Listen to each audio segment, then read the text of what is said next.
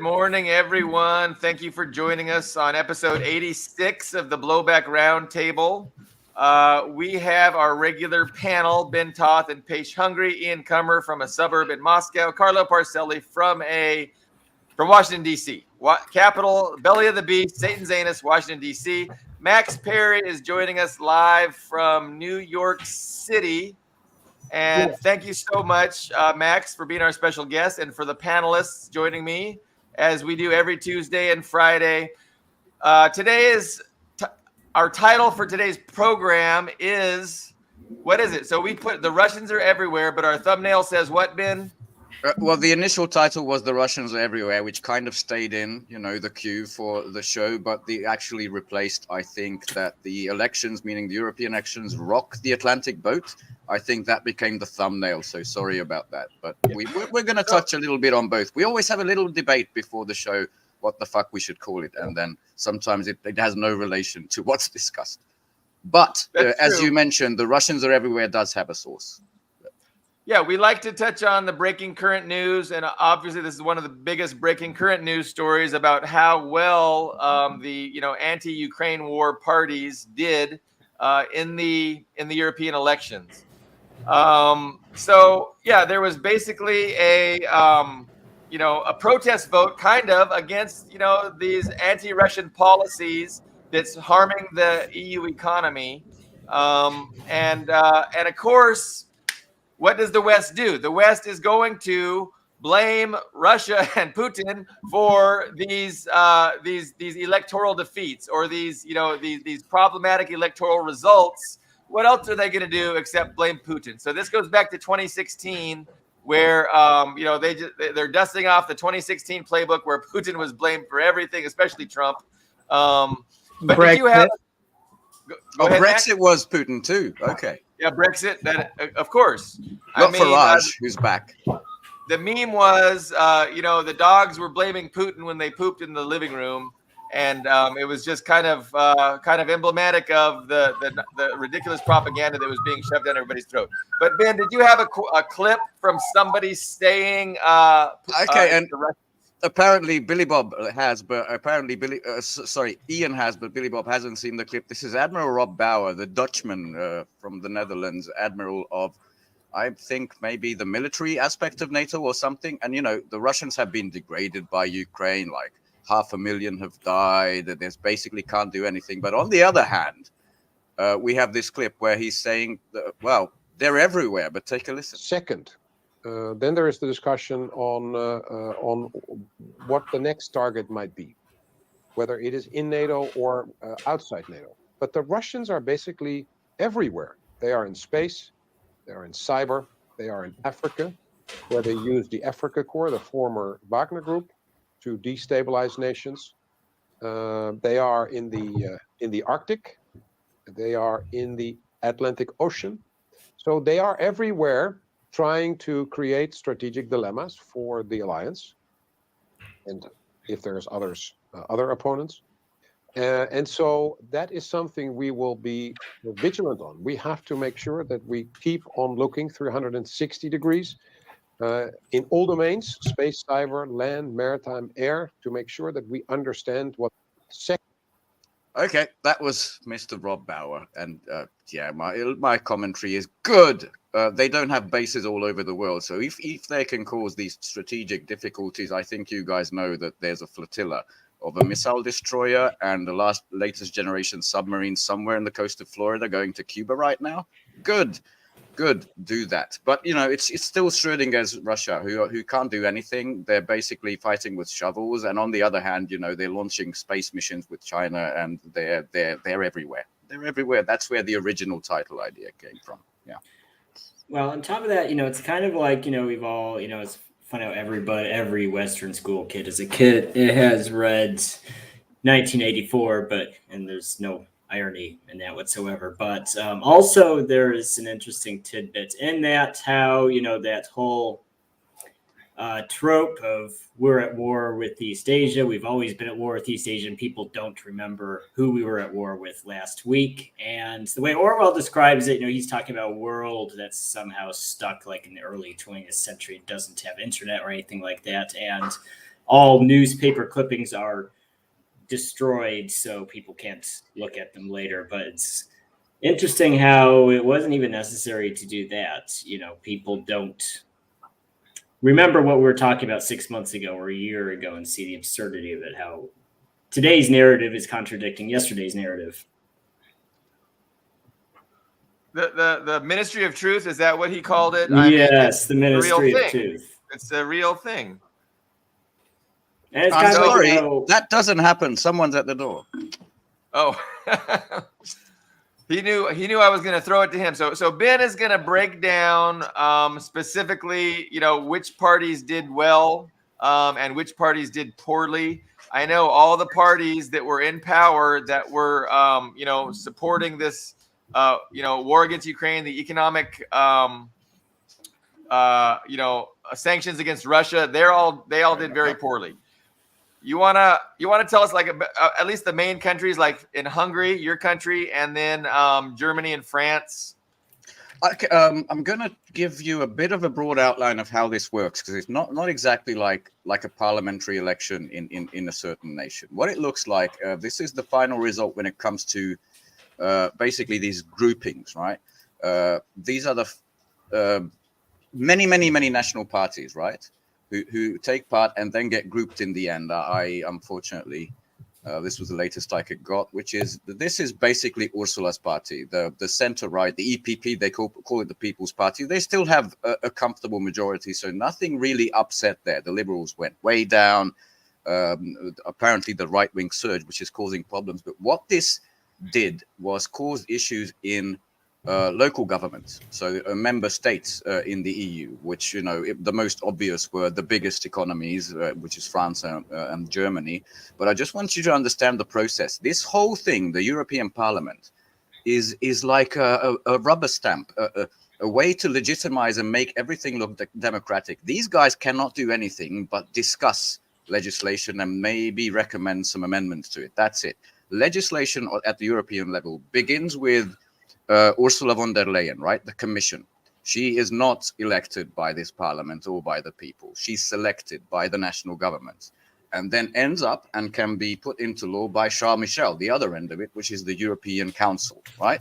That's where the real power lies. This whole thing doesn't really matter, but it can make and break national governments. So what it was projected to do, and many were hoping, like the rogue countries, people who didn't behave, which is Hungary, and basically Slovakia, that the alternatives would rise and challenge, and they didn't. That didn't work.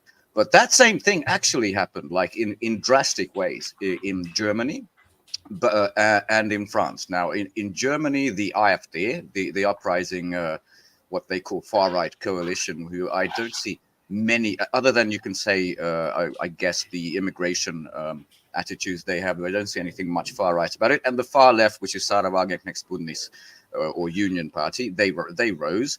And the fucking Greens, the center still stayed. The Greens, which is Baerbock and Habeck and these bastards, they got their asses kicked. The photos, I wish I had them, of them seeing the results, is amazing. And both these parties said we want a snap election now, and Olaf Scholz and his party said no. But in France, it's, I always mix Meloni up with this girl Le Pen, who's probably going to be Meloni and do the exact same thing.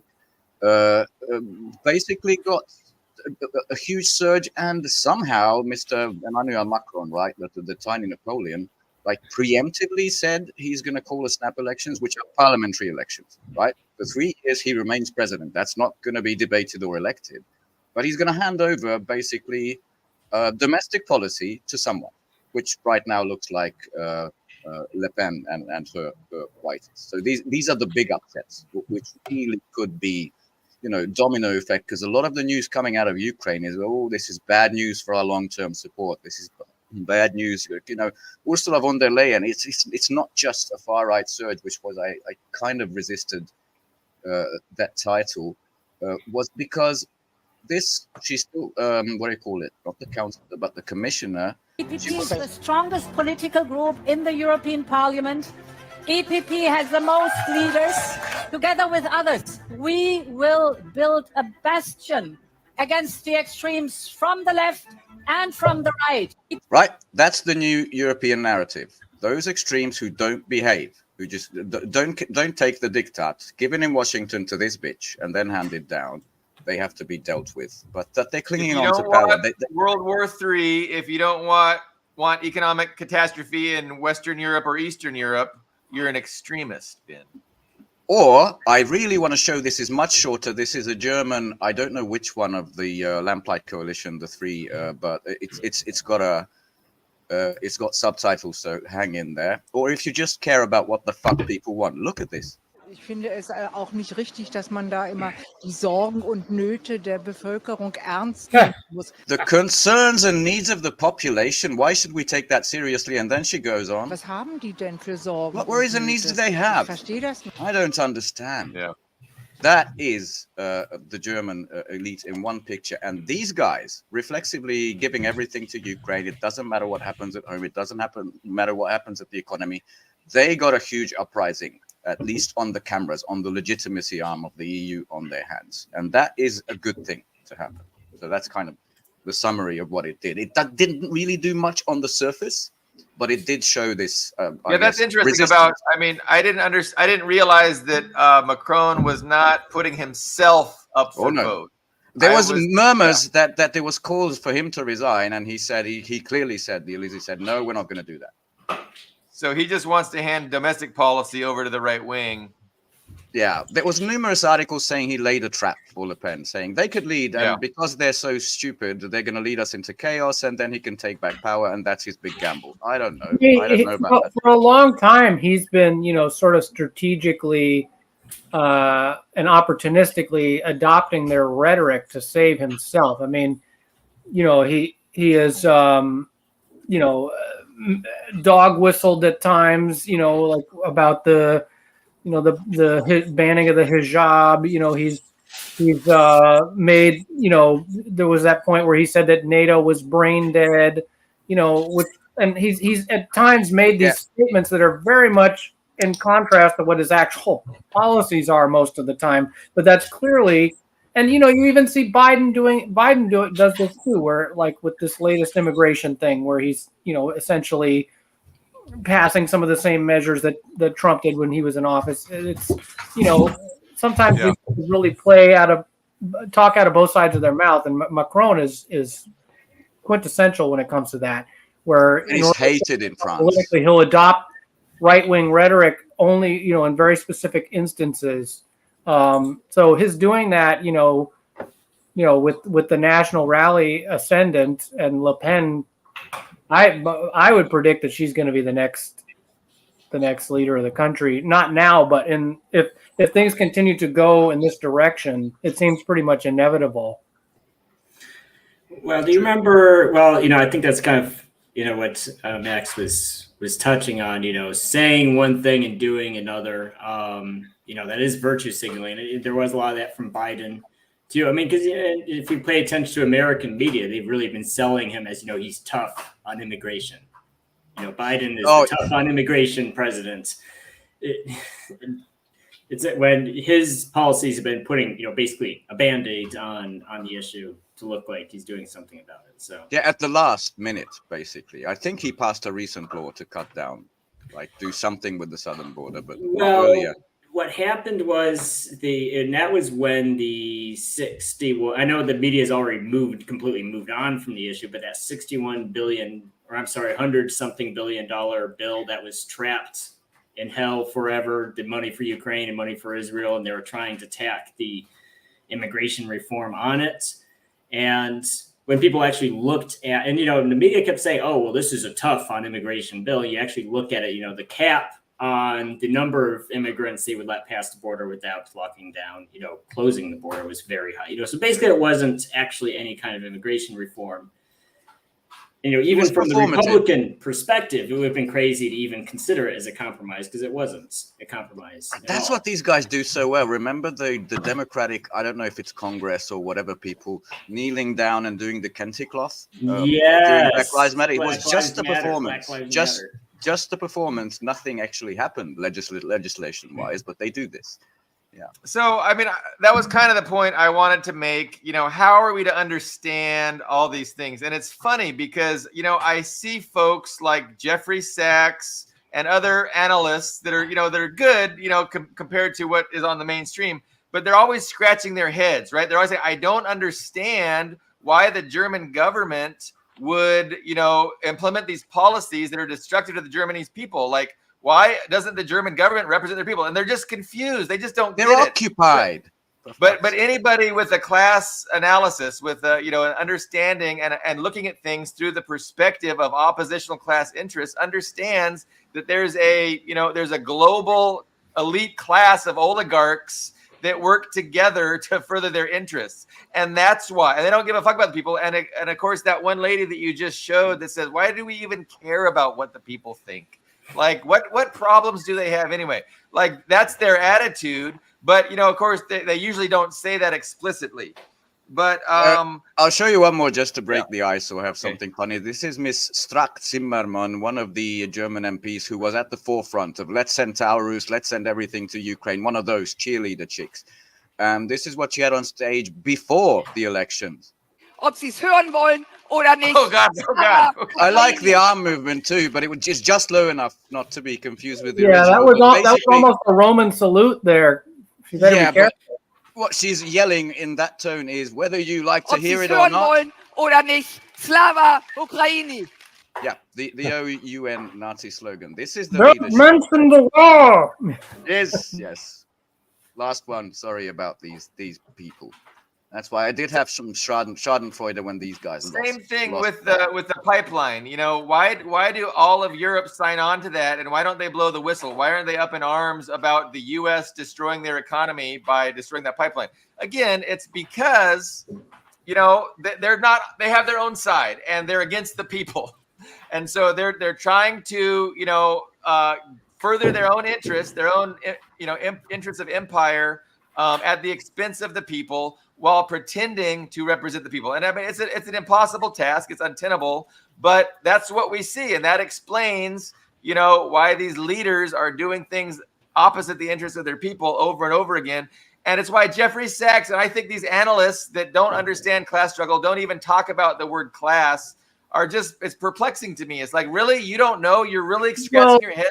Go ahead, Max. Well, Jeffrey Sachs, I mean, he's a former, you couldn't be more of an insider. He knows how the sausage gets made because he was, plundered Russia. He's one of the economic genocidaires in free market shock therapy in post-Soviet Russia. So I think he's clearly it's understandable why he's naive about a lot of things, because I think he's still going through this kind of like crossing the Rubicon political epiphany where he's suddenly realizing what he's been involved in and he's trying to make up for it.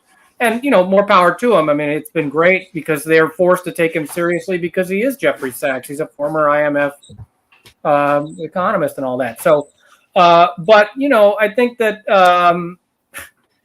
in the case of these, what's taking place, I just don't know.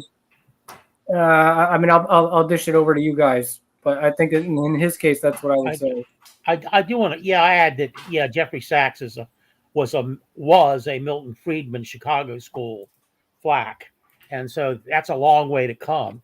I have a question, though, for you guys. And that is, people are shifting. And Billy Bob's right. There is a growing gap between the elite and the general population. And it was really obvious in one of those quotes. I mean, she just basically gave up the game. But what was the reason? What are the reasons? Maybe we can delineate it for our audience. What are the reasons for the shift? Is it Ukraine? Is it the economy that's been degraded because of the war in Ukraine? What are the major reasons? Are you asking Europe or the US or both? Because they kind of match in this. I think they both. You could. It's decades in the making, but in the case of the U.S. especially, it's the deindustrialization, the crumbling infrastructure, that plus all the the resources of the treasury being sent towards what? Defense spending, endless defense spending, and foreign aid. So eventually people are going to wake up and see that what's happening, and eventually they're also going to see that it's a bipartisan thing, because these so-called Eurosceptic right-wing populist parties, and certainly Trump, don't represent a real alternative. Because look at somebody like Maloney.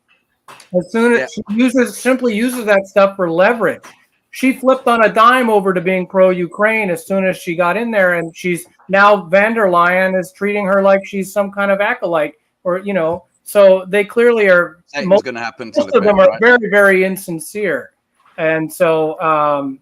In Germany's case, I think a lot of this has to do with there's an element of blackmail. I mean, we know from the Edward Snowden revelations that they don't trust Germany with Russia's economic foothold there, to the point where they were. I was just talking about this on John Stepling's podcast. They were tapping Angela Merkel's personal phone, the private telecommunications of the German president. Yeah. Her successor. I mean, it's they not only are under occupation, but they're under this surveillance state where the U.S. just they've got everything hanging over their head, and where they have to get in line. And Germany's committing economic suicide with what they're doing. See, that's what the global South, at the SPIEF conference, I think Vladimir Putin made a point of this, that they are learning that Germany didn't learn, that, with the U.S. bases comes the CIA, comes the NGO, comes the surveillance, comes the blackmail, and you have no sovereign decision-making left. And that is poor old Germany. Unfortunately for France, I like to bring up that he was taken to China on that beautiful, let's have in the sunset, have some tea. Look, this is what it's like to be a leader, pampered by Xi Jinping. And he said, show me strategic autonomy. He liked to use this phrase, like, show me you have an independent foreign policy from the US. And then he went back and he invited Joe Biden, who likely shat himself at the beach in Normandy, now basically trying to be the favorite in Europe to that. And it's gone. And that's why the second China trip, which began in Paris and they went to the Pyrenees, basically it was a complete, like, Xi Jinping didn't care anymore. It was like, let me just get out of here. Let me get this over with. There's nothing here. Yeah, no autonomy in Germany or in France. At least this is a signal from the people, from the voting population, saying, you don't represent us. What is called the left here never represented us. Who the fuck do we turn to? That's a major turning point, I think. Go ahead, Max. Well, don't forget with Germany too. I mean, they really sold their post-war sovereignty during the post-war World War II reconstruction. I mean, where they had their debt alleviated, and they didn't have to pay any significant reparations, despite destroying the entire continent, basically. And so but in doing that, they basically handed over their sovereignty for the last 75 years. Yeah, they in Japan were built up. If you see somewhere NED funding and you see somewhere German Marshall Fund, they're the same thing. That's why they're completely occupied. But I think Ian also had something to that. Yes, I just want to. I don't directly disagree with anything, so I just think I dispute the idea that there's necessarily a shift happening. And the analogy I'll use is that if you go out into the street, and you murder someone, if you drown someone in a puddle of water, of course he's going to flail his arms around, try and push his head out of the water. And you could say, well, there's a shift. People don't like to be drowned in a puddle in the street. Well, no, I don't think that signals a shift. I mean, they're pushing these huge. This is what I call artificial poverty on Europe. And of course, there's resistance to it, but I don't know if that's necessarily a shift. And I don't think that necessarily even means that the project's going to be unsuccessful. Oh, I don't think this will translate into anything real. I'm just saying there is an actual revolt at the population level, but you're right that when it comes to substantial change, this is not it. Yeah, of course. Yes, and the problem I would add, and I would elaborate on that to say what you have is you have captive elites here, because you have states, you have state governments, and you have nations of people. Like you have the Armenian state, you have the Armenian nation, you have the French government, you have the French nation. So you have these governments that are throwing their own nations of people of their own voters under the bus for the interests of that global elite.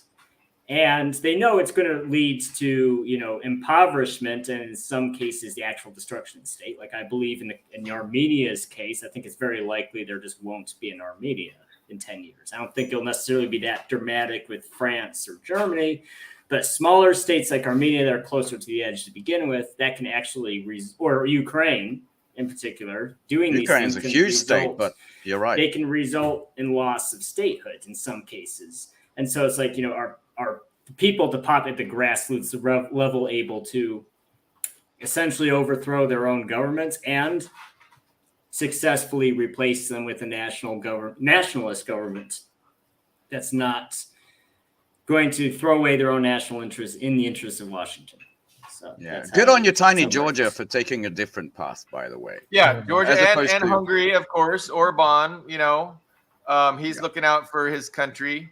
I wanted to He's looking out for his legacy, but yeah, it's good for us that he is. Fair. I wanted to talk about Sachs a little bit more. So Sachs did a really, really good interview with Tucker Carlson, but it's just amazing to see on multiple occasions Sachs really beat himself up, saying, "I am so naive." Like, I'm serious. Like, Sachs is like, "I am so naive." It's like, when is your credulity and naivety going to end, Jeffrey? Like, but I think Jeff is kind of, he's kind of one wing of this ruling class, right? He's the wing that would genuinely like for the ruling class to rule in a way that is way more beneficial for the masses, right? And it's not so humanely. More humanely, and really, he's a real champion of those liberal values. And most of the ruling class aren't anywhere like that. And I think that's kind of the best way to understand, his naivety. But it's just class. Like, if you're gonna ignore class, you're gonna get everything wrong. So that was my 2 cents. What role does immigration have in all of this? I mean, we should touch upon that, shouldn't we? A wedge issue, Carlo. A wedge issue. The elites can use immigration to divide the domestic society, and to obviously lower wages. But in regard to the vote, I mean, Le Pen has obviously in the past has been, and present too, though she softened her rhetoric, has been against immigration. She's used that as a wedge issue. Maloney, to another, I mean, even though Italy, given its geographical area, has had to absorb an inordinate number of immigrants. So she's been making that case, and much of the continent, I mean, the European continent has been making that case. So that obviously had influenced the elections. And I think, and I'm going out on a limb here, but in another extent, since we're really talking about the right wing and their gains, is there any role that anti-Semitism in Gaza play in these elections? I mean, what are you guys' feelings on the immigration and the Gaza? I think I was just going to tell you on that issue that the new right-wing factions that came, sort of the stars rising in Europe, they're all complete Zionists. I think there was a Haaretz article today that this is good news for our legitimacy in the Gaza war. That was in Haaretz. The left wing, the moderate Israeli paper. I just wanted to add that. But Max? Yeah, I was actually just going to say that. I mean, and that's exactly why I think they spend so much time talking about how these parties are somehow like these Eurosceptic right-wing populist parties, and their recent political success is somehow being instigated or propelled by Russian meddling. When if you take a look at the political character of these parties, whether it's what's the one in Flanders, the Vlaams Belang, AFD in Germany, Sweden Democrats, UK Independence Party, La Liga, and on in Italy. They're all fanatically Islamophobic, and they're super pro-Israel. And they have direct dealings they've gotten, they've purchased, cyber meddling technology from all these weird, shadowy Pegasus didn't get the attention that are tied to Mossad and have done all this stuff, mining data on social media, but you never hear anything about that. You hear about the Internet Research Agency, which was owned by this like Russian oligarch and former hot dog salesman, that he's posted a bunch of memes of Hillary and Trump as the devil and Jesus playing chess against each other, like as if that somehow swung the 2016 election to Trump. They don't want to talk about the overwhelming presence of Israeli meddling, not only it's not just in the United States, it's also in the European Union. And that's one of the main reasons he took his mask full off. Are, Max's mask just came off, guys. Oh, come on. Yeah. Yeah. Look at that nose. Look at that nose. That was Prigozhin. One of my biggest beefs with Orban. On the IRA, Internet Research Agency. Did you know the ADL, speaking of immigration anti-Semitism, did you know the ADL is now openly advocating for NATO? I did not. Yes. I was reading this totally. I don't remember if it's the Atlantic or the New York Times, but they were quoting a spokesman from the Anti-Defamation League. He's like, and he was just upset. It's like, how could anyone be against NATO? I was like, what does NATO have to do with combating hate speech in the USA? Like, is NATO a protected group now? Is it now anti-Semitic to say NATO is bad? Apparently. Well, they also delisted, the Azov battalion as like an extremist group, and then meanwhile they're like saying that like Jewish Voice for Peace and all these groups that are involved in these student occupations of American actual Jews are extremist groups. But the Azov battalion, which their leaders said that they wanted to lead the world in a crusade against Semite Untermenschen, they're not neo-Nazis. It has to be added after 10 years, because even the US blocked weapons shipment to these guys. And now, I think this was yesterday, like a big breaking news Washington Post, the State Department found no evidence of human rights abuses or wrongdoing. So, yeah, that's when they whitelisted Azov again. Yeah. Yeah. Again, we've got this guy in the comments denying that Israel meddles in. I mean, come on now. Well, I don't know. I mean, if someone says they are lobbying for Israel, I don't necessarily see the logic of saying, no, you're lying. You're not lobbying for Israel. Well, I'm not sure we're going to have anybody that can really champion and steelman that perspective on this panel. It would be nice we should convene that panel in the future. But it's an interesting discussion. So I would like to spend a little bit talking about this topic. I'm not sure how much disagreement we're going to get with this panel. But, the exact nature of this relationship. So last time Max was on our program, we talked about the complexity of it, and that, it seems like neither the one extreme or the other. So one extreme says, Israel does not have any influence over U.S. foreign policy. Ultimately, it's U.S. interests that dictates it. And then there's the other one that says, the United States is Zionist occupied government. And that's another extreme. And so both of these, I think, are not nuanced enough, and they're both false in their, go ahead, Max. Well, and it should be noted that Israel is not the only one that does this. And there's great comparisons you can make with Turkey. I mean, the Turkish lobby is also extremely powerful. I mean, you see how some of these local politicians like Bob Menendez in Jersey got wrapped up in this. But also, Ilhan Omar. Take money from anyone. Ilhan Omar, has had private meetings with Erdogan, which is why she abstained on the U.S. finally recognized the Armenian genocide for totally opportunistic reasons. It was because, if you remember a few years ago, Trump withdrew troops from northern Syria very briefly, which was extremely unpopular with the Beltway blob and the war party duopoly. And how did they respond? They responded by rebuking him by voting to recognize the Armenian genocide, which they had not done for how many decades? Why? Because of the power of the Turkish lobby. And the only reason you even see some politicians, voice their support for it, someone like Adam Schiff, is only because he happens to preside over a district in California with a lot of Armenian Americans. But it's not to say that Israel is the only country that has this very powerful lobby that does this. It's also Turkey. It's the Saudis. So, I resent when somebody, is like somehow implying that like there's some anti-Semitic dog whistling going on, saying that AIPAC is powerful. Like, I'm sorry, this is just acknowledging reality. It doesn't mean that the government is Zionist occupied, or you're necessarily using,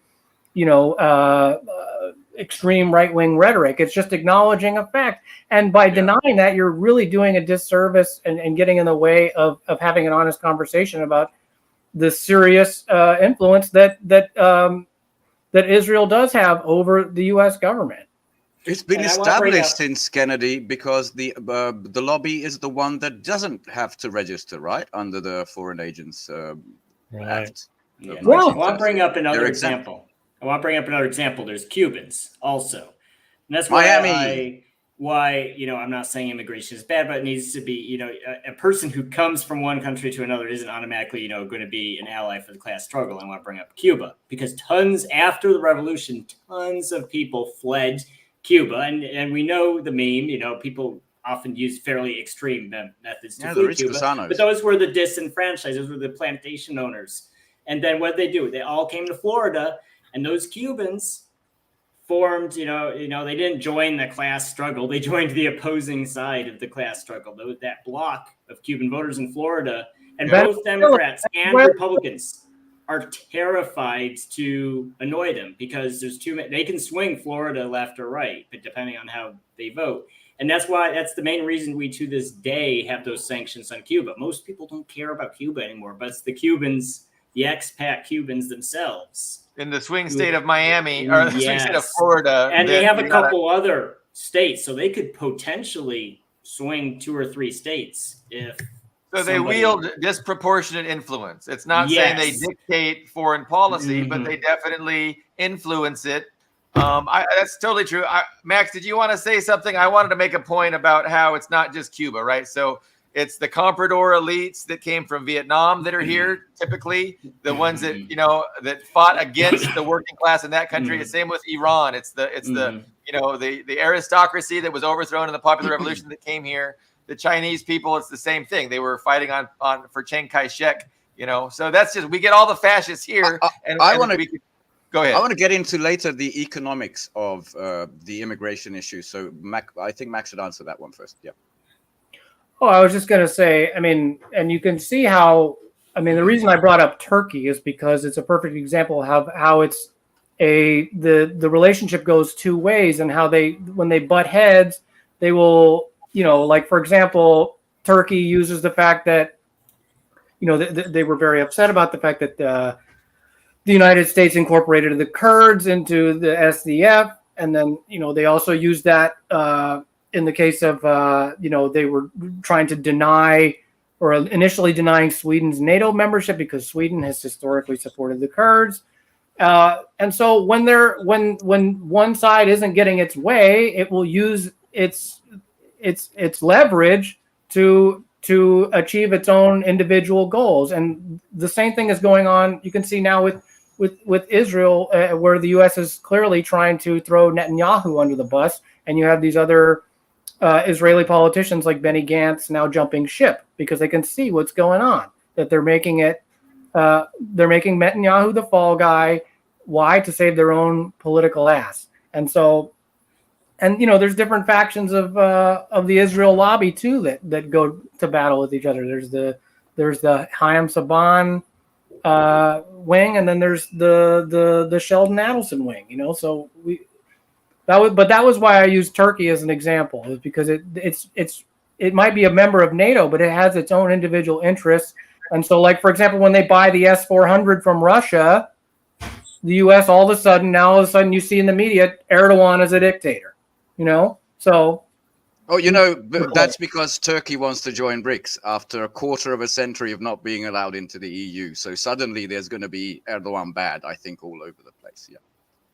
Well, I want, before we move on, I want to mention what Billy Bob said, certain groups not necessarily controlling the American system, but punching above their weight. And in fact, I'll share, I don't know if this is going to hit all of the places this is streaming, but I would share a link to an article I wrote about that a while back. It's basically, it explains how the Electoral College and the legislative branch of the USA are set up. And it was designed to be a very resilient system. So even because this was designed, our legislative and constitutional government was set up back in the slavery area when you needed two groups of people who don't agree with each other on anything to have a coherent government. And what happens is, if you get a group of people, even if it's a small group, but they stick together and they're single issue voters, if they vote as a block, even if there's not very many of them, they can swing elections. And so we mentioned Cuba, we mentioned the Israel lobby. There's also, like, for example, the Polish lobby. There's a lot of Poles in the Midwest. And a lot of the reason Clinton bombed Belgrade, bombed Serbia, is because the Poles, you ask the Poles, what do you think of Yugoslavia? What do you think of Serbs? Oh, screw it, bomb the hell out of them, Unfortunately, there's just a lot of Polish expats in the Midwest who just were all about bombing the hell out of Serbs because they hate them. And so Clinton and Congress were like, well, let's bomb Serbs. Unfortunately, so this idea that they're always a lot of Eastern Europeans made it to the halls of power. Brzezinski, I don't think, is a very English sounding name. Ukraine has a pretty influential lobby as well. Right. Even if you don't have a lobby, I mean, like, we can see this playing out now with at the Arab American vote in Michigan. I mean, which is a huge key battleground state, and they're doing this protest vote with voting in the primaries undeclared. And if they don't vote in the election, that could swing that state to Trump.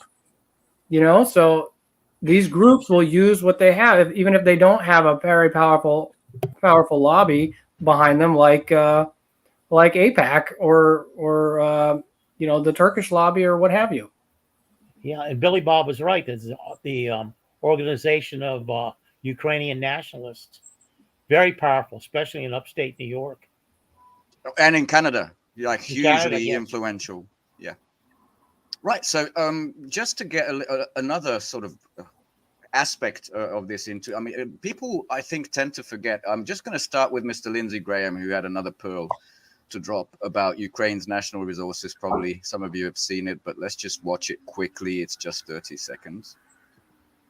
If we help Ukraine now, they can become the best business partner we ever dreamed of. That $10 to $12 trillion of critical mineral assets could be used by Ukraine and the West, not given to Putin and China. This is a very big deal how Ukraine ends. Let's help them win a war we can't afford to lose. Let's find a solution to this war. But they're sitting on a gold mine to give Putin $10 or $12 trillion of critical minerals that he will share with China is ridiculous.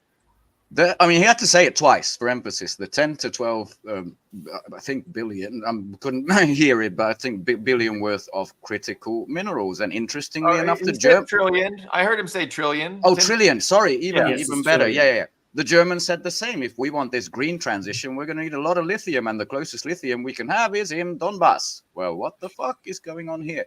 And I want to emphasize that of the Soviet Union, and they want to make it the breadbasket of Europe. By the way, Milorad Dodik, who was at SPIF, who is the undeclared leader of Republika Srpska in Bosnia-Herzegovina, and Orban, the same week said the same thing. They want to pick Russia apart and loot it like it's the 1990s. Both picked up by Russian. There was a man from Germany that had a similar plan in 1939. He had a tight little mustache, didn't he? Something, a failed painter or something like that. I don't know. But I just wanted to emphasize that when you mentioned Yugoslavia is a good enough analogy than anyone. After that was destroyed, people went all the way down into poverty, like distressed. And what do? They go abroad and they wash the dishes and tile the bathrooms in London and become an underclass. This is one tier of immigration. What you guys discussed earlier is the second tier. That's the golden parachute. They're not even called immigrants. They're called expats. You get, here's your golden bank account. Here's your nice house. both of these happen at the same time. And I think it's mischaracterized to go bleeding heart liberal and let's just give over half our house to anyone unfortunate enough to fall prey to our foreign policy. It should be when gone into the roots of, wait, what happened to these guys at home? So I think that's something that Europe and the US share in common. But yeah, the main difference is Europe has a history. Never allowed to be had. I know. That's why I'm bringing it up. I know it's controversial, so but Ben, they are very selective. Like, nobody can just come here. For instance, if you're asked, have you ever? Can if they can work for 50 cents an hour and undermine. Look, in this country, they're asked, have you ever been a member of a communist party? Do you think they ask that because they want communists here? No, they're very selective. They don't want those kinds of people coming here. I think that's the top tier you're talking about. But when you're talking about the undocumented, I was there when my wife was interviewed, and that's what they asked her. So. Yeah, so the top is, I guess, the part of where is your wife from, Billy Bob? The Caribbean. Okay. I want to raise this point, about what Lindsey Graham said is actually a pretty classic case of a foreign lobby bribing someone under the table, because Ukraine, because that's a Ukraine lobby talking point. That's because he's exaggerating the mineral wealth of, because I read up on that. I did see that video and I read up on it, and it's exaggerated because the problem is that, there's a couple of problems. The first one is that Ukraine's mineral wealth is not that special. Like most of it's, like the majority of that 12 or 14 trillion is coal, and coal is, it's dirty energy. It's inefficient energy. It doesn't really have a future. And the other problem is that energy companies just don't want high risk ventures like war, like Iraq, there's this meme that, we invaded Iraq for the oil. When really, if you look at the sales after Saddam was toppled and the USA sold off the oil fields, American companies only got 1 or 2 fields. The rest went to China, Russia, even, and European companies in the EU. Because American companies, even before Bush invaded Iraq, American oil companies were just like, no. A war is not good for business. War is not good for business. It's a high risk. The piece that comes after is where all the money is made. Well, the problem is that American companies, and I think corporations in general, but particularly American corporations, are very risk adverse. So there is an argument to be made that it was just Saddam was that major. He was that big. If you look at those 3 big dogs in the Middle East: Israel, Iran, and Iraq. We came in and got rid of one of them. So who is the beneficiary? It was not American industry that benefited from Iraq. I don't know if Raytheon and Lockheed are risk averse. I think they thrive on that kind of risk. Well, they're defense clients. Yes, that's what I'm saying. There's different sectors, different monies. Yeah. And Ben, I wasn't disagreeing with you earlier. I wasn't saying that, you were making the point that, just allowing everybody in can have problems. It can result in problems. But I'm saying from the perspective of the ruling class, they're already kind of selective because they're not, bringing in all the revolutionaries, right? They're bringing in all the counter-revolutionaries. And to a great extent. Yeah, sure, but I think you're still talking about the top tier, talking about the expats. But I wanted to make this point about the tiered societies that basically, if you can, this is the economics of large companies who are always in the US and in the British Financial Times, these kinds of magazines saying, do not change the immigration laws because we need that foreign labor to keep our profits sharp. Meaning if someone can undermine you for working $1 an hour and not 10, that is by design. That is also whether they're left or right doesn't enter it. It's replacement parts for the machine. So if you say no to a job because the pay is too low, there can be whatever, an Indian or a Syrian guy on the street who just take it. So I think people overlook this aspect, that a lot of this is very beneficial to the margins of these corporations. Yeah. Influx of skilled labor, skilled medical labor from Nigeria, India, the Philippines. It's definitely keeping keeping costs down, keeping wages down. Yeah, that's why I wanted to make the comparison. This is what Lindsey Graham wants with Ukraine. So where do you think the Ukrainians are going to work? They might be TikTokers, or they might be washing, service work somewhere in Western Europe. They're not going to be the golden parachute, Reznikovs, who I think got a US passport recently, the former defense minister of Ukraine. Yeah, the Lamborghini guys. That's one layer. But yeah, they Or become Guaido. tiered society. Guaido. And Guaido. Yeah. They're not the celeb immigrants, I guess you would call them. I have a question for Ian. So were you, just to have you clarify or elaborate, were you trying to say that you thought that the Iraq war was the post-war profits came more from the reconstruction than from the theft of the resources? Is that what you? Well, it wasn't quite the point I was driving at, but as far as who benefited, yeah, it was definitely not the energy profits, that because very little of the oil industry actually even went to the USA. Most went to China and Russia and the European Union companies there. Well, out of I forget the exact numbers, but however many fields were sold, only one or two of them went to American companies.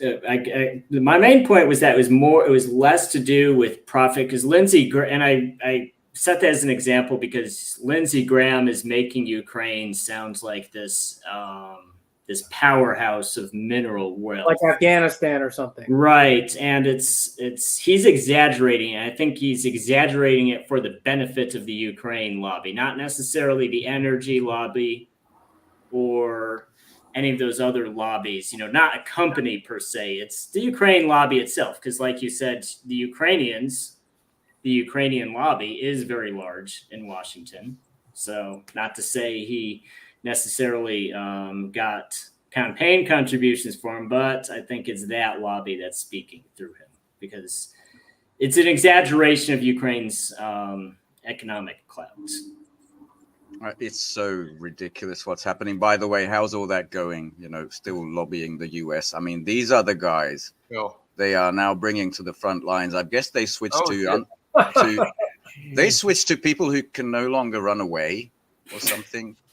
So that's the terrible state that they're in. And there's two things taking part. One, Lavrov just came home to open the BRICS conference, where already there's 49 other nations wanting to join, not just BRICS, but the SCO and the Eurasian Economic Union or something like that, right? At the same time, I love that Max brought up that the reconstruction of Germany for cheap.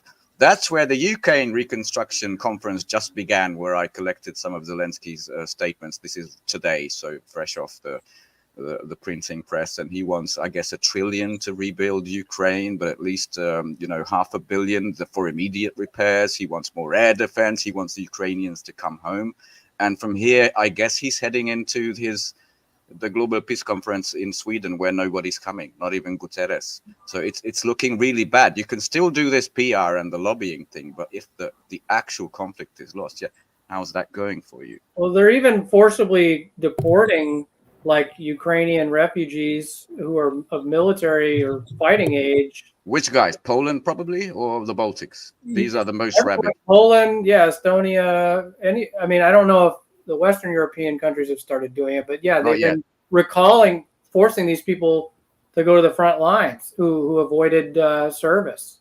And they're running. There are more and more articles of them just climbing through the Carpathian Mountains, besting. The Tisza River has been mined specifically to cut the escape routes. I just can't imagine anything like that. Tear them apart with a mine. And fodder. Yeah, hundreds of thousands of them. So, Lindsey Graham talked about, the West we really need to win. I mean, there is $12 trillion. We can't hand that to Putin and Xi.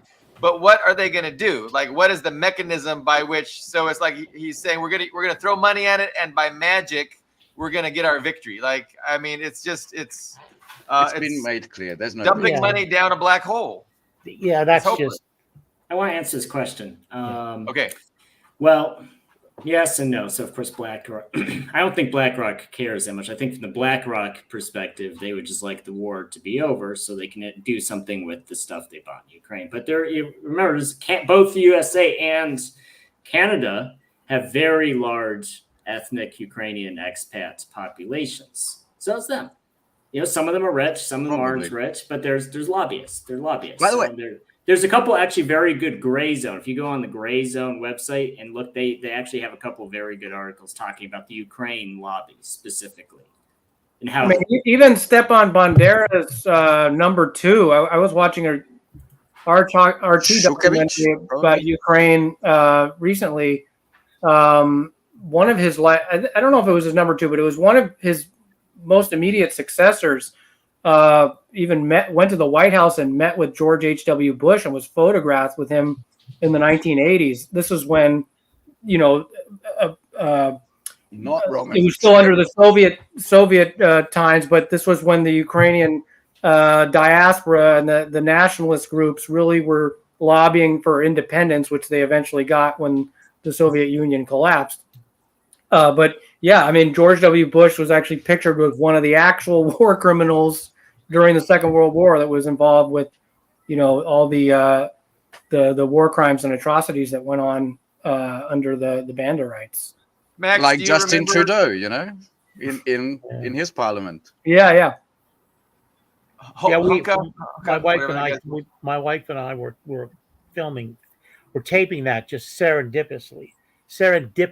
We were down at the mall taping the AIDS quilts, and we saw this a rally going on to the left, and it looked like a bunch of guys in Eagle Scout uniforms on the stage. So we went over to tape it, and sure enough, they were on there, and there were people giving the Nazi salute and that sort of thing. We were interested in it, and but as soon as we started shooting, they tried to take our cameras away.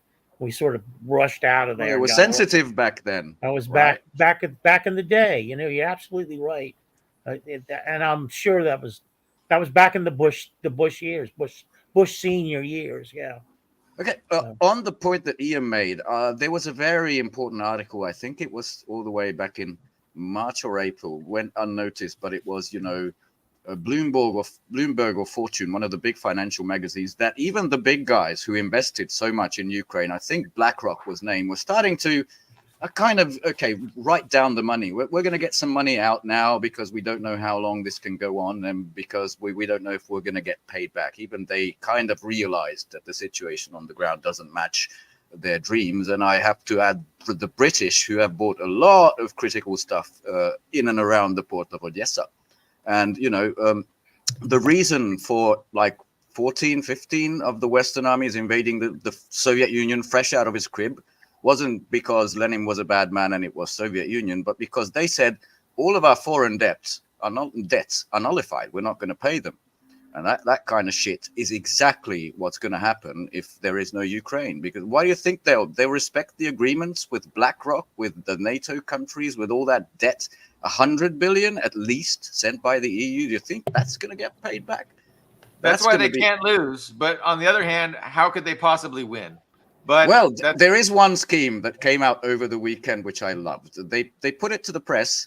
Zelensky, it came from his office, that some of the F-16s that we're getting from the Belgians and these guys, the Holland, we're going to keep them in safe bases in the West, and that's how we're going to get away with it. And immediately there was a Russian response from an MP, I forgot his name, but he said, well, they become legitimate targets, but they want to get away with this legalistic speech. You know, that's not NATO. That's not Article 4 or 5. You know, we're going to keep them there.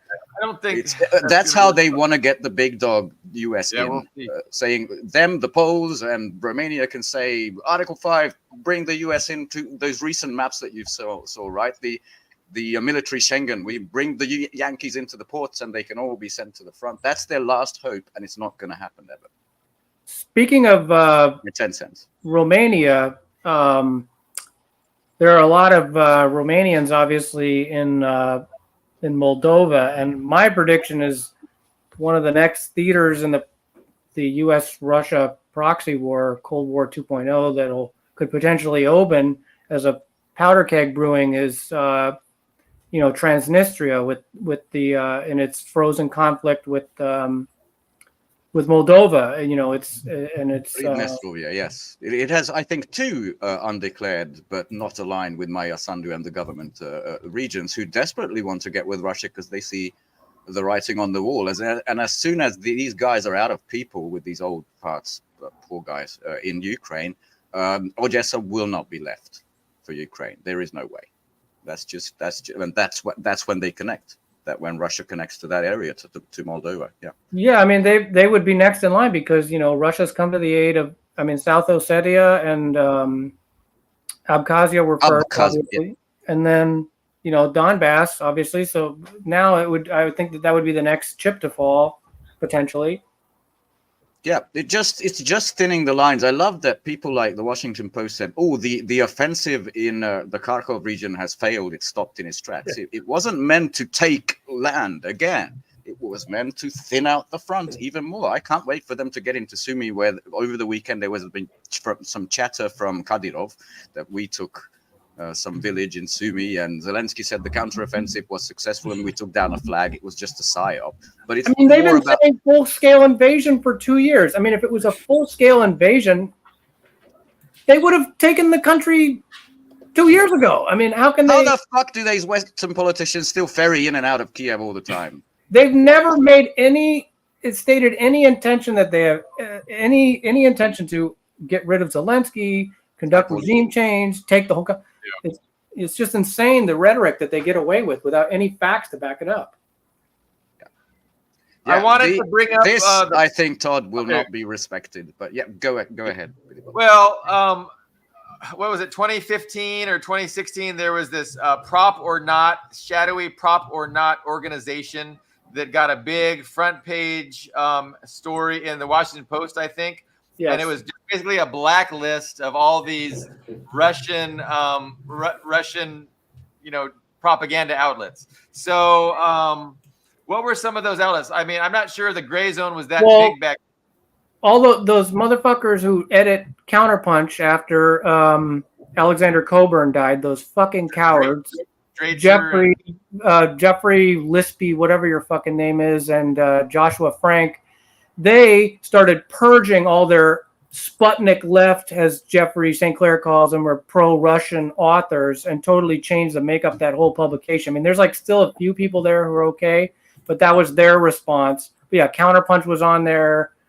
I don't know if the Gray Zone was founded yet. I think it might have just been in its infancy. But they put Black Agenda Report on there. They put a whole host of probably democracy now. Back in the day, now it's completely it was just an insane list of Consortium News, obviously. Yeah, Consortium News was the one I was trying to think of. But that was that was Ukrainian. That group, Prop or Not, had Ukrainian lobby. That was from the Ukrainian lobby because they really didn't want Trump. And I think that what happened under Biden with the SMO, I think that was 4 years delayed. I think they were really trying to get that under Hillary. They had big plans under Hillary, and that all got delayed because of Trump, and they had to put things off. But anyway, that's just some speculation.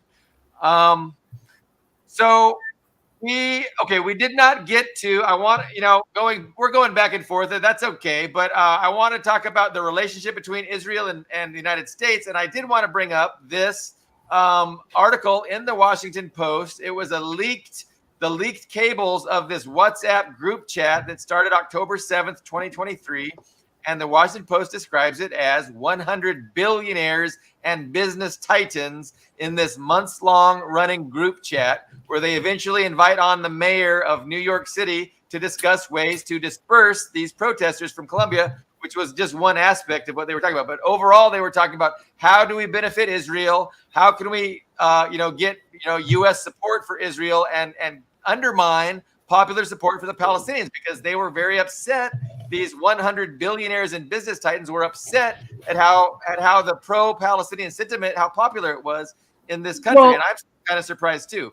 But what does that say about this relationship that you can have 100 billionaires and business titans, according to the Washington Post? And then the Washington Post, of course, is going through a shakeup just now. Some people just Yeah, I was going to say you're connected to today's huge crisis. I think they lost half their readership. They're changing the main editor or the boss somehow. Like huge crisis at the Washington Post. Yeah, because I think we discussed this at some other joints. But not with Max. Go ahead, everyone. Not with Max. And I want his Max right.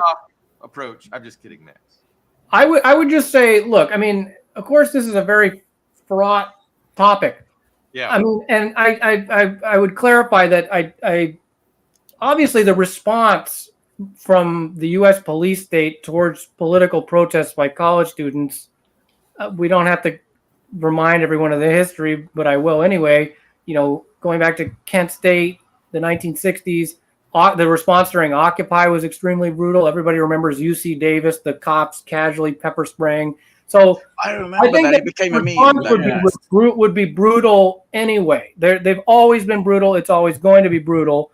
But yes, there is something undeniably significant. The fact that they have that kind of entree, these billionaires, into the ear of Eric Adams, who, by the way, has visited Israel several times, and that they're able to be in that kind of proximity. And it's not to say that they gave the NYPD the direct order to try and evict these protesters. They would do that anyway, but nevertheless, they do clearly have this unprecedented influence. So we have to be honest with ourselves here. We can't just, I mean, I think there are some people out there, you know, like, I love him, like Kevin Barrett, but, you know, he's one of these people that's always just quickly to just jump, see they're acting under direct orders of, we have a Zionist occupied government.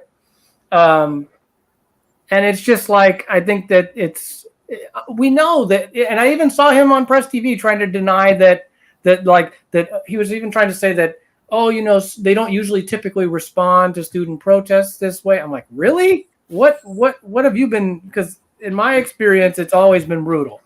But I do think it's significant with the article you share because it shows how much of a unprecedented influence they have in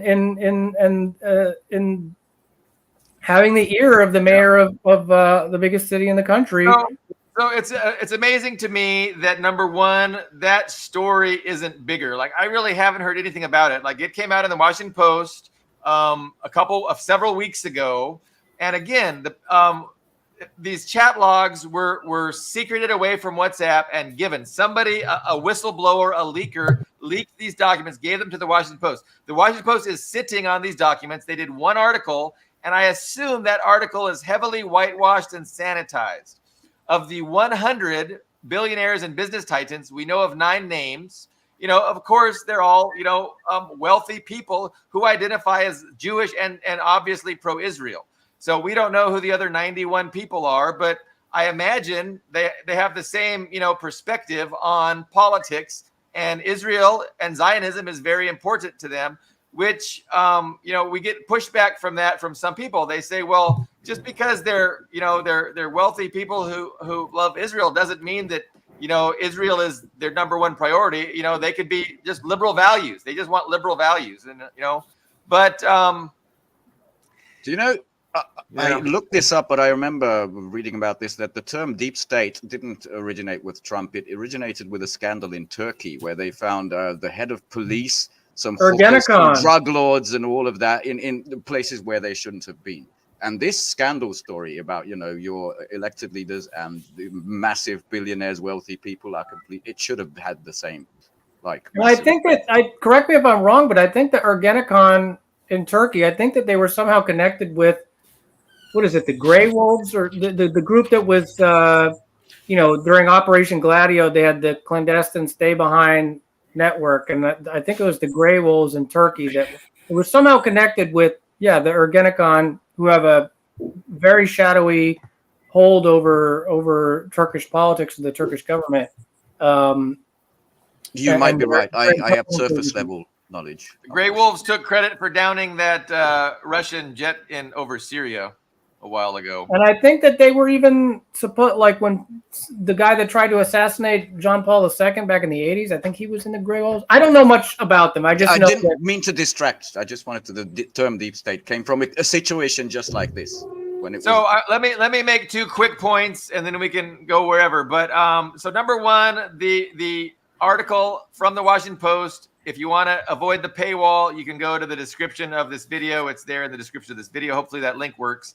And then the mayor's office, the vice mayor, also a Zionist, was quoted in that article saying that they are disgusted by the Washington Post engaging in these anti-Semitic tropes, suggesting that Jewish Americans are wielding their influence to affect government policy. And he's disgusted by the Washington Post. So again, maybe that's why there's a little bit of a shakeup at the Washington Post right now, because now here's the problem with the Washington Post. The Washington Post would never, they were probably wishing they'd never got those leaked cables, because once they received those leaked cables, they had no choice but to put an article out about them, because if they didn't and it came out that they were sitting on these, I mean, that's an even bigger scandal.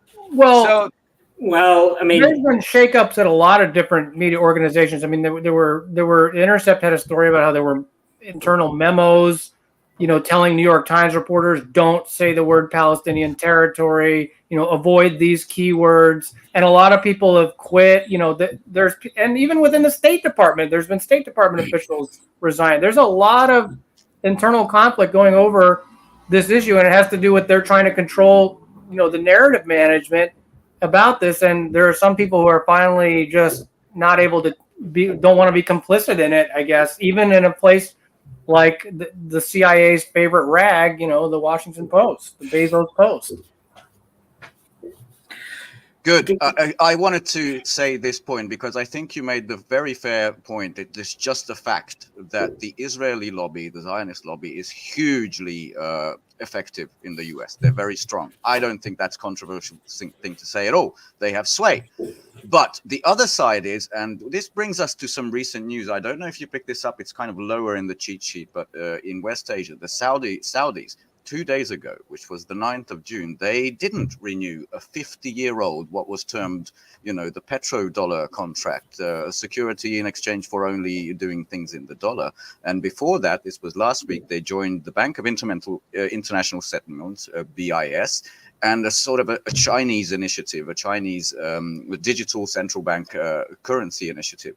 So while the US really, really wants to have, as Todd correctly says, only 2 areas in the world have been described as the unsinkable aircraft carrier. This is one, Israel. The second one, of course, is Taiwan. They need it in the oil heartlands to have a way to project power in there. When they misbehave, they have some trouble, especially during election year, because I think all three who have remained in this coalition government pretty clearly stated they want an all-out war with Lebanon. It's all about we're going in.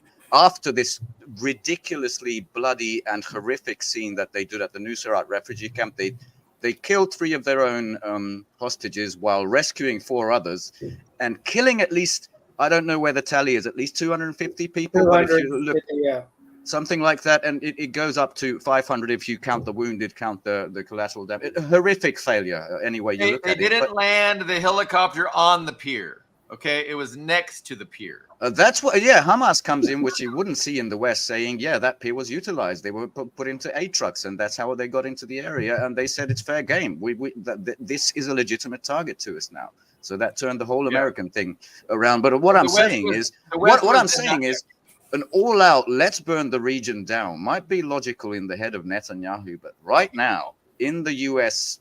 leadership circles, I'm not talking about the cadaver, I'm talking about, Blinken, Sullivan, those guys, they don't want the oil region to burn, which can be said by Bill Burns, CIA guy, their actual negotiator going into the region, Blinken flying down to his 7th critical, come on, please accept our terms. The UN has accepted it. Come on, we'll make Israel accept it, but please Hamas accept it. He's in that desperate state and making, we watched it, I think, before the show. This, I don't know how you can lie this blatantly, but this statement, as he arrived in Egypt at the airport.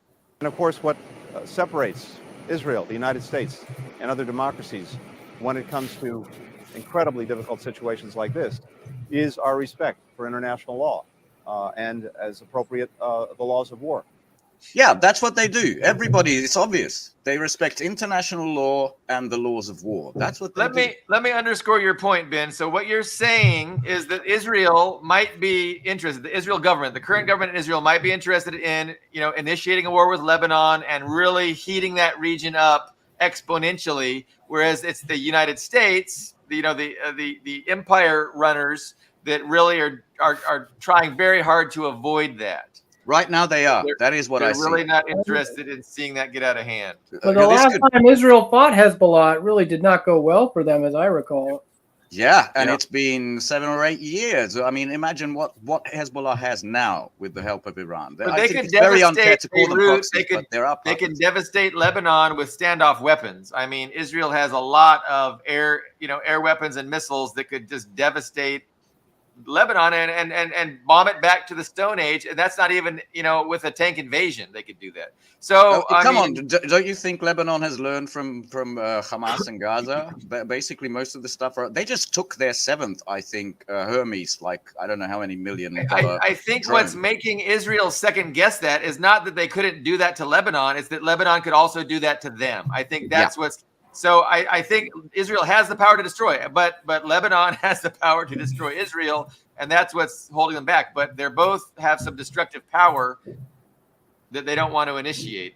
Yeah, that was the last clip for today. But yeah, they have to think about the consequences ever since Iran did that payback. And the country without a navy has stopped like 90% of the traffic through the Suez Canal. Yeah, like apparently this can only be rumor, but the Ike. The Eisenhower has been hit, the aircraft carrier, and 3 days, this is what the Houthis claimed, and 3 days later, the captain of it, who likes to share like NAFO memes, put out a video that was half a year old to prove nothing's happened to the Eisenhower. And meanwhile, they're like inching up towards the Suez Canal trying to get away. Amazing stuff. Yeah, so they can't just do whatever the fuck they want anymore. The U.S. denied that the aircraft carrier was hit. But I thought that a couple of days later, like yesterday or the day before, a British ship was actually hit. That's true, a tanker, right? Not a military. Well, no, I thought it was a military ship, and I thought Britain admitted that a military ship got hit. But I was reading Telegram, and so you can't always trust Telegram. Yeah. The issue is that, and here's my issue, like with the whole 12-dimensional chess, this is all part of the plan. Well, I mean, if you look at Biden's cabinet, if you look at Blinken, if you look at Lloyd Austin, these people are not competent. They are the products of nepotism. And, they're not the products of a meritocracy. Like if you look at Austin, I mean, he's associated with a litany of failures in Iraq and Syria. So this idea that, I mean, it's true. I mean, because Reagan threatened to pull the plug on Israel, and that made them stop the genocide they were doing at that particular moment. But I don't think Biden or the people around him are competent enough or just have the stones to just make that phone call, say, hey, do what we want or we'll cut you off. I don't think that conversation's happened. I don't think they're actually capable of making that ultimatum. For whatever, we can speculate on the reasons why, but they just haven't. Yeah, their domestic political opposition would use it against them, saying, "Hey, you're throwing Israel under the bus. You're anti-Israel," and that would hurt them politically. But I mean, I think. Yeah, but Biden also is dealing with the writings on the wall with the younger generation. He's losing the youth vote, which is, so he's having to weigh his options. It's good point. I think, well, where does the money come from? The pro-Palestine lobby? Yeah, good point. Filthy rich. It's true, but the problem is that, the problem right now is that, and I will say that all the things that, for the most part, what I wrote about October 7th, I did write a couple of articles after that, and pretty much everything I said, I was completely astonished at that this has dragged on for what are we even at right now? 8 months now, I guess. 8 months, 9 months. I would have like, okay, this is going to go on for a couple of months, and Israel is going to be forced to, have some sort of way to declare a victory a month or two into this. I was completely floored that they're just dragging on for 8-9 months. I mean, it's not making Biden look good. I mean, I think you're right. If President Trump threw Israel under the bus, that would hurt him more with his Republican supporters than that with would hurt him Biden. big time. But the problem with Biden is that, he's got those younger voters. He's got those minority voters. He has those Arab voters. He has basically anyone who's not white or Christian who's like, hey, what the hell are you doing? I don't think that's true anymore. But, oh, yeah. Sorry. I thought you mean he has those voters in his pocket. But the opposite. Right. The opposite. Yes. Because, those white evangelical Christians are so in the pocket of the Israel lobby. Like, even mom and pop type people are like, I grew up in a Baptist church. I mean, like, I remember like a kid's sermon because, you have the youth group where the kids go during the grown-up sermon. And like, I remember to this day, this speech by the youth pastors, like, we have to support Israel because in the end times, in the battle for Armageddon, they're going to be fighting the Arabs, they're going to be fighting the Chinese. I don't know why the Chinese were there, but apparently the Chinese also sent like a 10 million man army, a small army of 10 million men to also fight Israel. It was crazy. But so they're in the pocket of the Israel lobby, but the Democrat voters, those non-white voters, those non-Christian voters are not so much. And I want to make a final point, which I guess I'm echoing to people like Dust and the American left in general, that what I really want you to see is just like the Israel lobby, the finance capital of billionaires anywhere in the world is not monolithic. They do not have this one big plan or agenda. They have huge disagreements. I think Apple just released that it will be integrating ChatGPT on a hardware level, which means 24/7 monitoring. And I think Elon Musk, another huge billionaire, said, I'm going to ban Apple products from me. They have these disagreements, right?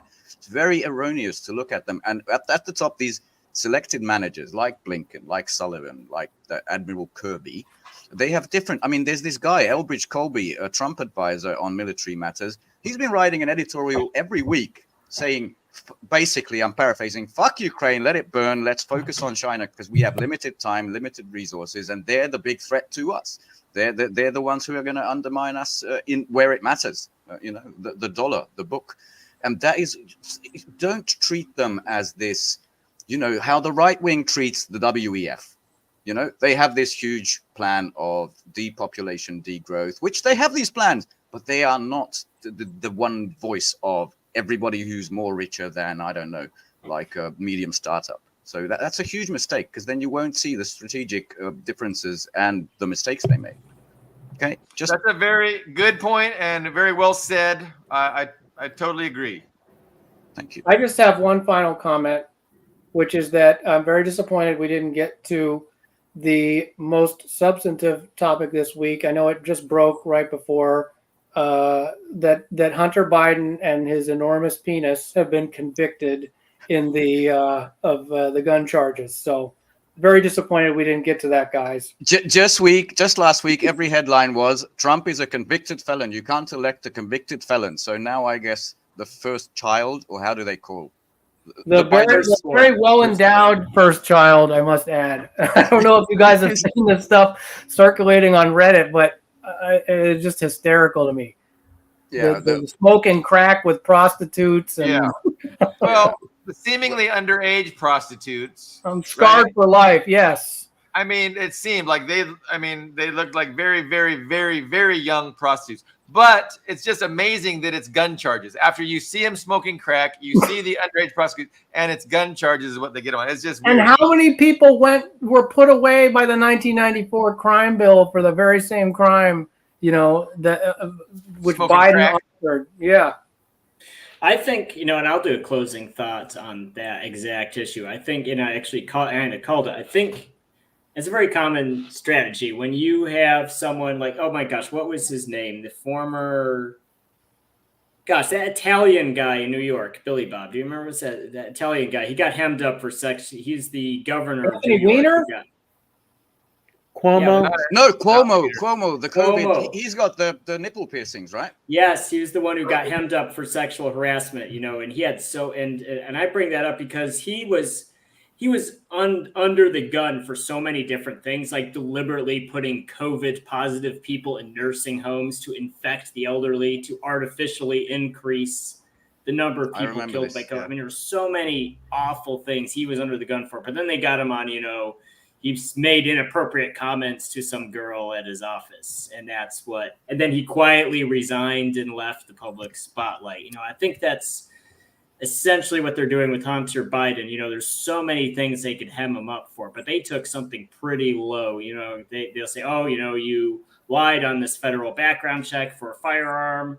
And so we're going to they'll probably give him like maybe jail time. I don't know if they'll even give him jail time. Community service, slap on the wrist. Some slap on the wrist. Then he'll walk free for the pedophilia, crack, and all this other crazy crap he was under the gun for. It's a very common strategy of just picking something very low, give him a slap on the wrist so they can say, oh, look, no one's above and I think that's exactly what I think we're going to see, some headlines like that. They'll say this proves that no one is above the law. We got Trump because he's a criminal, but we also got Hunter Biden and gave him a slap on the wrist like the bad boy he is. So that's my. Well, we got another hour. We can talk about the. Oh my gosh! Don't even make the. It may not be over for Hunter Biden. It may not. Yeah, and remember that they had to get Al Capone on income tax evasion. I just want to mention, this is not fresh or today's news, but over the last week, 3 articles came out. One was the Time magazine showing the complete transcript of an interview with Biden with every, he can't speak, and you can clearly see that there.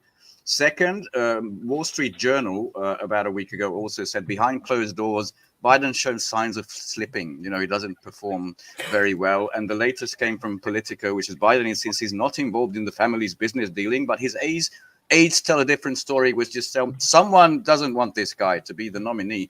So on the one hand, you have convicted felon who can, I guess, lead the U.S. from the courtyard at the jail with Secret Service or something. And on the other side, you have the cadaver who shot himself at Normandy, who this is him dancing. This is a beautiful. Oh. The legal experts are saying, though, that Trump's conviction is he could win on appeal. That's what I've seen a lot of legal experts saying, but I don't know. I don't know either, but for me, thank goodness I'm not in the US. I can't wait for November. This is going to be the best show. The race to the bottom, if there ever was one. I have not seen those. I've heard the headlines about Biden freezing, but I haven't seen those images. Those are kind of scary. It's like, what kind of meds do they have him on that is resulting in those Hillary had a moment like that. It wasn't quite freezing, but like there was a talk with the reporter, and she just.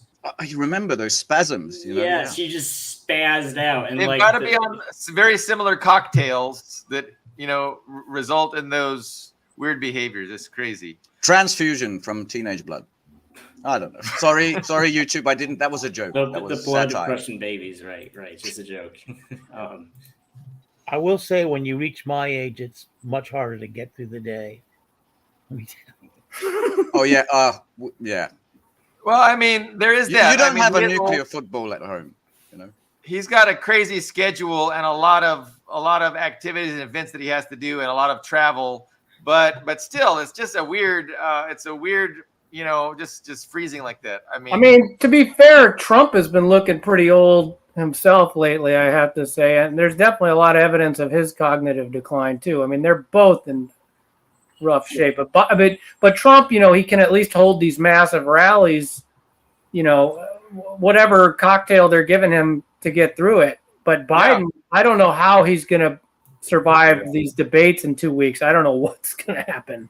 No, they're inappropriate for that. They'll use AI. They'll make AI Biden. Just the way I get through my day, I would not want to be in that position for anything. I couldn't physically do it. Yeah. So I know it firsthand what it's like. So. He's really sacrificing for the good of the class. Oh, He's been sacrificing. I mean, it can't be. I wouldn't want that on I my know it's maybe 10 years younger, but Lavrov and Putin look hell of a lot more fit. They actually do. Not that young. And Lavrov is a chain smoker, so. Putin's but 70 now. 70. Yeah. Yeah, probably a good 10 years younger than Trump and Biden. So, okay, we're going to wrap it up. We're going to come back on Friday with more special guests. We should have had somebody that maybe disagreed more, Max. We could have had a good debate, but I think we had a fun discussion. Well, So thank you, Dust, for making comments that were thought-provoking. Against the grain, yeah. No, we appreciate that Dust's perspective, and we will definitely have him back. Anyway, we'll see you guys on Friday. Thank you very much.